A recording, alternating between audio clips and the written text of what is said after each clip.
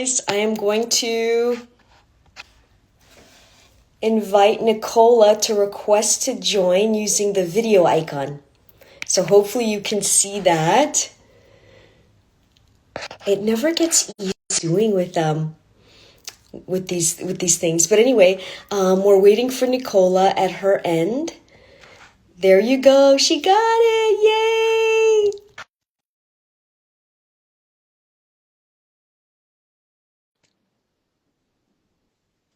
Hello.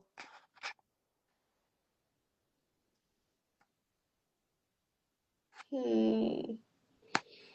Hi, I see you. Can you see me? Can you hear me? Hear you. Oh, there you go. You know what, Nicola? It never gets easier. Every time I do Zoom, I've Oh, done these Instagram lives. It's always like, what am I doing? I always feel nervous. So I'm happy you figured it out. How yeah, are it's a you? first time for me, so it was a little bit. Got Gracie to help me, but neither of us were great, so got there in the Me too. I'm like, how do we do this again? But end. anyway, I'm so happy to sit here with you. I know it's evening where you are, and it's a nice morning here. It's about 9 a.m. where I am in Los Angeles, but it's so nice to meet each other in the middle of the pond, so to speak. Absolutely. Well, good morning to you, and happy Good Friday. Yes, happy Easter weekend. I'm so excited to welcome you, and I just want to let the viewers, those that are tuning in, know, and at the top of the video, that I'm really honored to sit here with Nicola Nuttall. I hope I'm pronouncing your last name appropriately. And you know what's so important about you as a guest is you're my first guest where it's on the other side of cancer. I'm a cancer survivor, but you got to experience it from a whole other lens, living through watching a loss of somebody in your life. And that is a whole other thing I can't even wrap my head around as I was thinking about you over the past few days and this morning. Nicola wrote a book, an incredible book, The Stars Will Be Here, published by HarperCollins. It's available everywhere. I love your cover. And then you also have a beautiful foundation dedicated to your daughter, the Be More Laura, reminding us to just live a beautiful life and to just, I mean, I'm going to let you share everything. This is just a top level thing. I want to say welcome, Nicola. Thank you for sitting with us. Oh, thank you so much for asking me, Sandy. It's a real honor. And I want to thank Kevin. Kevin knows so many beautiful people, and it's amazing is being in this a web of authors and survivors and storytellers and lovers, so to speak, the lovers of life, because we can live to tell is a joy because it's like we start connecting and meeting kindred hearts. I want to start off by saying that it's so important that we have you here because I'm gonna connect it to myself and connect it to you. When I was given the diagnosis, we're gonna jump right in about my stage 4 cancer. I couldn't, I was in LA and my parents are in, my family's in Canada. I could not give that information myself. It was too hard to, it makes me emotional still to be like, I'm going to call my parents and tell them I have cancer. I couldn't do it, Nicola. And so I had my sister, I called my sister who's in the medical field, and I was able to tell her, and she broke it to them in person. She saved it for the weekend, went over there, and she sat with them and said, listen, I have some news to tell you. I'm forever grateful because it's one thing to be served the diagnosis. It's so painful for me to have to serve it to my family. You're on the other side of the lens. You are the family to a daughter, beautiful daughter, Laura, who you had to experience the journey of brain cancer with. And ultimately, she passed on to another beautiful realm. Tell me, I mean, where do we even begin from there? How do you want to even start that story? It's so important because there's the survivor, but then how do those that are survived by go by it? Does that make sense? I don't even know. Well, for us, I mean, Laura was 18 when she was diagnosed, and she was in her first term at university. She had no real symptoms. There was nothing that we could see looming. There was nothing that indicated we had this flying towards us. And we basically took her off to university. We took her down to London, helped her move into a new university halls, and thought, well, we'll probably see you maybe once before Christmas holidays. And she was so excited about going to London. She'd just come back from spending the summer in Chicago, actually. She'd found herself an internship working for the governor, and she'd had the best time. And I think she would have been quite tempted to stay there had she not got this course starting. So she was studying international relations at King's College London. And she was probably about 6 weeks in when she said that she'd started having the odd headache. But as someone that's always had migraines, that didn't really ring any huge alarm bells for me. She then said there was an incident when she woke up on the floor and she wasn't sure how she'd got there. And I said, well, mention that to the doctor when you go and register with your new GP. But she joined the Royal Navy University unit and they sent her for a medical. And she'd already run her first marathon in the May, so she was really healthy. And so I thought, well, that's not going to be an issue. But she dropped in at the opticians to get her eyes tested. And they said, we can't pass you because there's swelling behind your eyes. It might be nothing, but you need to get it looked at. So she went to Moorfields Eye Hospital in London and they said, it's probably nothing, but we'll refer you to a neurologist. And I phoned her up and said, do I need to come down? Do you want me to come down? Do you want me to come back? You know, what's happening? She said, no, it's fine, Mum. Don't worry. Don't stress. It's all fine. The hospital said there's nothing to worry about. But all through that night, I'm thinking, you don't have swelling for no reason. So the next morning, I thought, I'm going to phone her up and I'm going to go down. But the phone just rang out and rang out and rang out. And when she eventually picked up, she said she had the worst headache of her whole life and couldn't stop being sick. So Gracie and I raced over to Preston, which is about an hour away, and then got a train down to London late at night. I took one look at her. She was kind of curled up on her bed and she looked really unwell. So I was like, right, well, we need to find the nearest A&E and get you looked at. And took her to Homerton in Hackney, because this is not my area. I don't really know what's happening here. And I'm thinking, am I overreacting? Am I being one of those overprotective mums? But I just felt something was wrong. And I told them what the optician had said, and they sent her for a CT scan that night and came back about 3 o'clock in the morning and said, the doctor came in and she said, have you got chairs? And I just thought we'd stolen other people's chairs. So I stood up to give her a chair back. And she went, no, I need you to sit down. And she said, so sorry, Laura's got a brain tumour. It looks like 2 brain tumours. And Laura was basically lying on the bed next to me. And she kind of turned around and she went, plot twist. That was her comment. Plot twist. And it really was a plot twist. And then we had to pack up her room, bring everything back, take all her food back and her posters off, and pack everything back up into boxes and bring her home and try and find a surgeon who was brave enough to operate on her. Because by this stage, they thought there was about 8 tumours in her brain. But they also didn't know whether it was a secondary from an unknown primary or whether it was primary brain cancer, which to me felt like the difference between, do you want to be eaten by a shark or a tiger? Which is best? Which is the best thing to have? And it was only really after she'd had the surgery that we found out that it was a primary brain cancer. And by that point, I'd done enough research to know what I didn't want it to be, which was glioblastoma. We sat in a room to get the results of the pathology, and it was glioblastoma. And the surgeon asked Laura, did she have any questions? And she said, can I go back to university this year, or do I need to wait till next year? And everybody else in the room knew, it felt that we all knew that he was telling her that she wasn't going to live long enough to go back to university. And he said that to her. He said, I'm sorry, you won't ever go back to university. And we walked out with him and I said, well, how long are you talking? What are you telling us? And he said, with treatment, she's probably got 12 months, and without treatment, about 3 months. And I just couldn't believe that a perfectly healthy 18-year-old girl was being told she had 12 months to live, and that was okay, that there was no other options, that was acceptable. Because I see every day in the paper we have a new cure for this, and the life rates with this disease are increasing exponentially. And I knew people with things like leukemia and breast cancer who were living fulfilling, good lives. They weren't dying from cancer, they were living with it. So it was shocked to find out that she was being told that she was going to die within 12 months. Just Like, how do you even begin to process that? It's for her, because that is such a finite thing for a doctor to say. Where do you go from there? It's somebody's giving you a locked door, but in the process of that, she did so much. She's so inspiring. She did so much. I mean, yeah. I when did you start writing? When did you start writing your book? Well, I started like you. I started by just essentially journaling, and I kept a diary beforehand. And I felt like a diary was one way to kind of put a flag in the sand of this is what happened on this day. Because when you're going through so much trauma, it's really easy to forget Hmm. what name is, what that drug is, what's happening. And so it really came from a combination of the kind of day to day, this happened, that happened, we did this, we did that.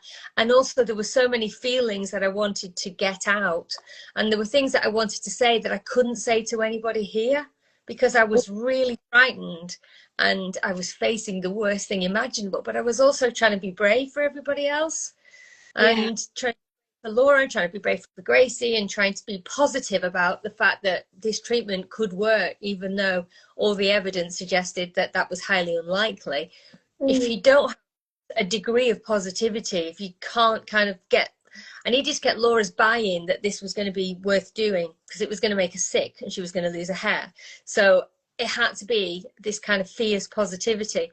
So I guess writing became the place that I could say how scared I was, and how worried I was, and how the odds were so terrible, and all those things that I couldn't say. And that's why I started using Twitter as well, because there were things I was desperate to get out that I couldn't say to the people closest to me. And for those that are tuning in, and maybe if I missed it at the top, your book is so beautiful. The Stars Will Still Be Here, published by HarperCollins. I wanted to just say that I so agree with, and obviously I feel for what you say. I mean, I call it writing to the light. When I was writing at the craziest times, in the middle of the night, and it still makes me emotional. It was writing to something out there that took out the madness and darkness within. Yeah. Trying to make sense of cancer is nonsense. How do you make sense of the nonsense that is cancer? Sometimes you can't, there is no answer. So what do you do with that, right? What are the choices that you're going to make? Are you going to suffer the mind and the body, or are you going to choose one? Keep that mind sharp as the body does its own thing, and maybe support it in a way. And you have such a light, you're such a beautiful person. And I want to ask you this, and I usually ask my guests who are the cancer survivors, but I get to speak with someone on the other side of this who got to experience loss, which is a whole other deep bullet in the soul, if I were to say. Not one is greater than the other. It's both quite profound. How, aside from the writing, what were other things that maybe helped you afterwards to stay in that light, that maybe you can share with those navigating the journey, maybe similar to you on this side of the coin? Was there Well, anything that beyond the yeah. writing? Well, and when Laura was ill, her positivity certainly carried us on.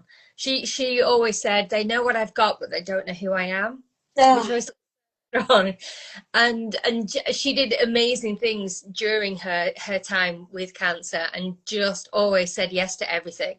And she was so enthusiastic about new experiences, and she said, I've got to do things in my short life that other people don't get to do in 70 years. So she really kept us positive. And she had an incredible, oh gosh, I don't know, she just became such a kind person.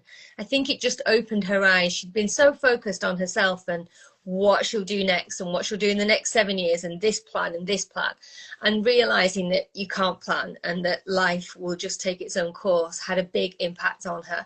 And she just changed her so much. For example, when the war in Ukraine broke out, she was adamant that we needed to offer our home up to a family to come and live with us.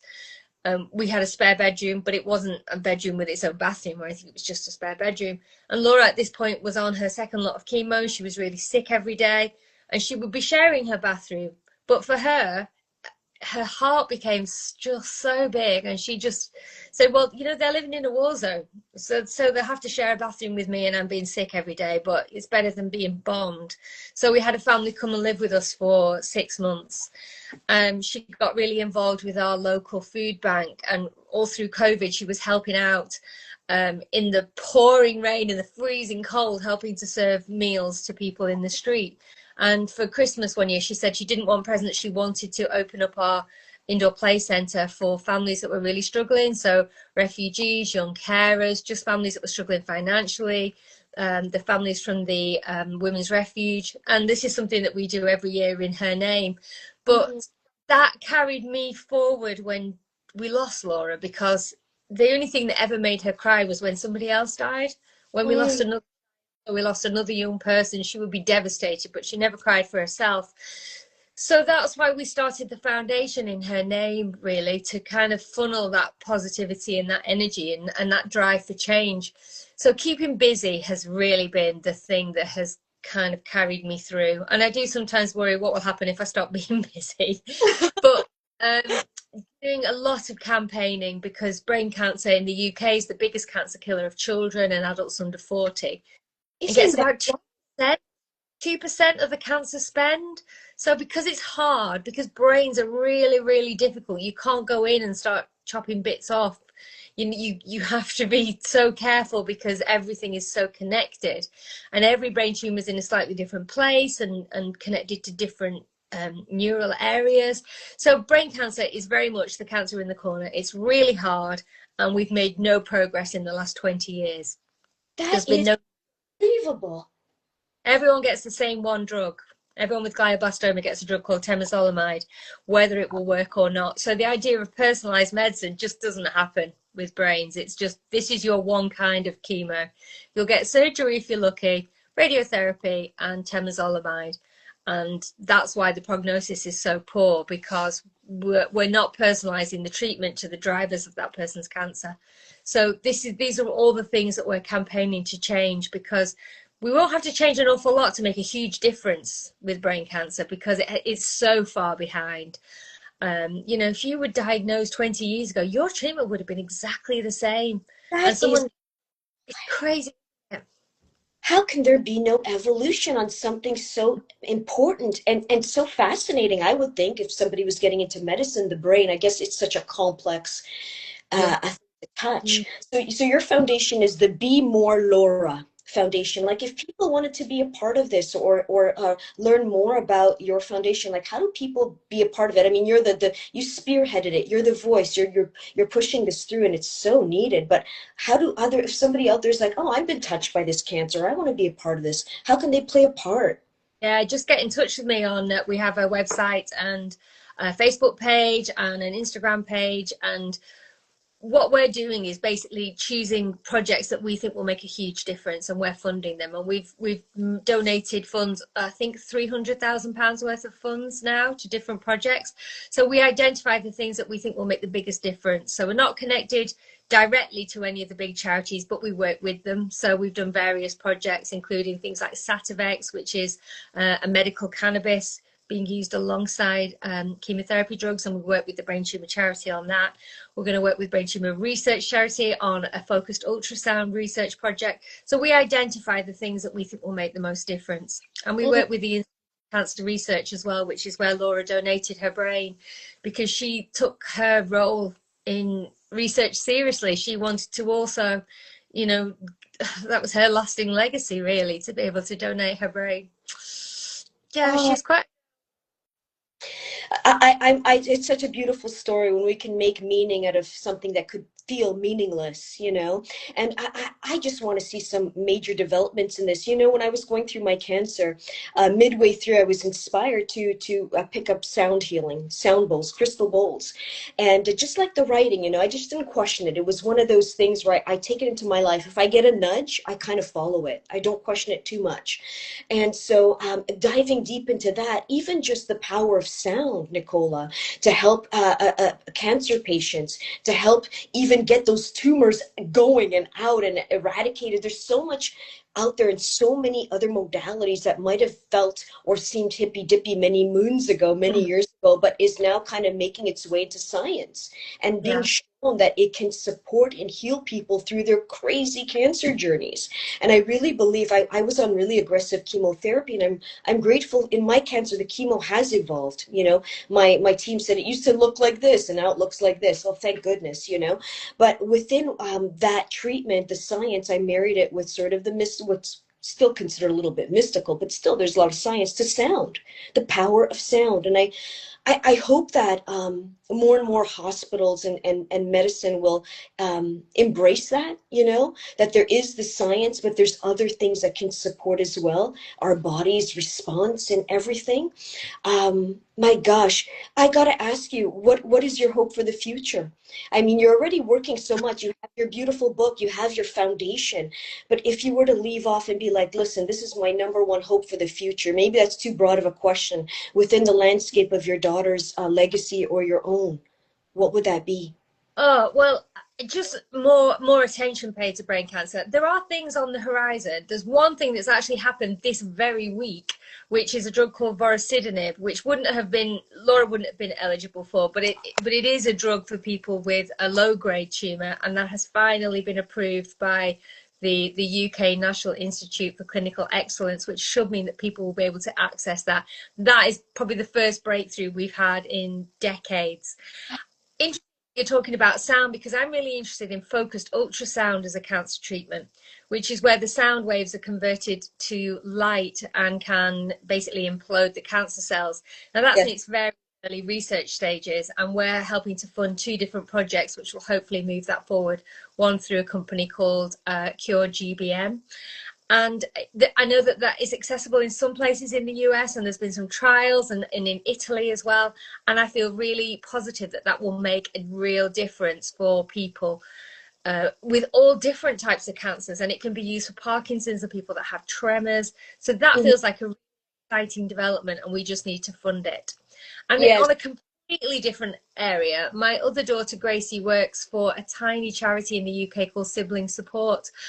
And I think that we need to get better at dealing with loss and dealing with grief. And we need to just be a bit more realistic about the fact that it will happen to all of us. We will all lose people we love, but we're incredibly squeamish about it. We don't like to talk about it. We don't know how to talk about death. And Gracie found that people would come up to her in a supermarket and say, how's your sister? How's your mum and dad? And then they would walk past and they would kind of they wouldn't ask how she was. And the relationship she has with her sister should be the longest relationship she has of her life.